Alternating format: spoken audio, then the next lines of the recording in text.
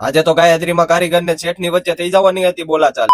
જય દ્વારકાધીશ ને જય શ્રી રામ. તમારા બધાનું મારા આજના નવા મિની બ્લોગ માં સ્વાગત છે. પછી તો આપણે દુકાને વેલા આવી ગયા હતા એટલે ચા વેચીને તો પછી તો વાગી ગયા હતા 12 ને આપણે બેસી ગયા હતા જમવા. અને આપણે તો 2 વાગે ચા મૂકી દીધી હતી. જો મોડું થાય ને ચા મૂકવામાં તો આપણી ઘરાગી પર અસર પડે ને, એટલે ટાઈમ પર ચા બનાવી બહુ જરૂરી છે. પછી તો આપણી દુકાને ધીમે ધીમે ઘરાગી થઈ ગઈ હતી ચાલુ. ચા વેચીને જેવા બાપાના ગલ્લે આવ્યા આપણને જોવા મળી ગયા યુપીના છોટા ડોન. એને કીધું તું ભણવાનું ચાલુ, તો આપણા કરેનીલભાઈ હરખમાં કરી દીધું તું બોલપેન નું વિતરણ. તો પછી બાપાના ગલ્લે આવ્યો તો જોયું તો નેત્રીબેન તો આઈસ્ક્રીમ ની ફૂલ બાકાજી કી બોલાવતા હતા. પછી તો જોયું તો આ બધા વાત કરતા હતા કે પાકિસ્તાનમાં થઈ ગઈ છે મગજમારી ને, એટલે પાકિસ્તાનમાં કરવાની છે સર્જિકલ સ્ટ્રાઇક. પણ એવું કઈ નતું, આ બધા વાતોના ફાંકા મારતા હતા ઉભા ઉભા.